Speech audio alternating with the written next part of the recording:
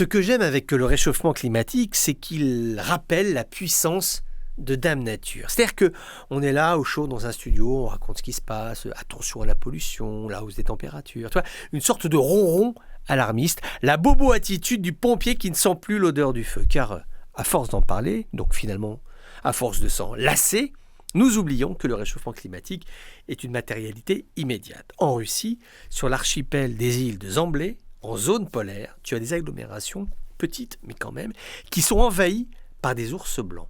La fonte des glaces a réduit leur territoire de chasse. Au cœur de l'hiver, ils sont affamés.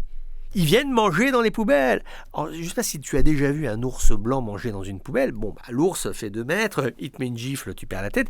Pour le faire partir, c'est compliqué. La situation s'est aggravée cette année. Les ours entrent dans les immeubles. Ils viennent chez toi, tu regardes la télévision, on frappe à ta porte, tu ouvres et hop, là, c'est un ours blanc qui ne rêve que d'une chose, ouvrir ton réfrigérateur. C'est éminemment dangereux. Comme les troupeaux d'éléphants au Zimbabwe, à la frontière zambienne, vers le lac Kariba, pendant la sécheresse, tu as des éléphants qui rentrent sur les parcelles agricoles à proximité des villages. Des accidents se produisent avec mort d'hommes. Tu sais, il faut avoir été chargé au moins une fois dans sa vie par un éléphant pour savoir à quel point ces animaux sont hyper dangereux quand ils ont faim. Ils ont ceci de commun avec l'ours, c'est que une fois le combat engagé, ils n'ont peur de rien. Et la peur, c'est bien ce qui anime aujourd'hui les habitants de ces régions. Alors ça peut être la Russie, ça peut être également certaines zones africaines où sortir de chez soi, eh bien ça veut dire que tu ne sais pas sur qui tu vas tomber.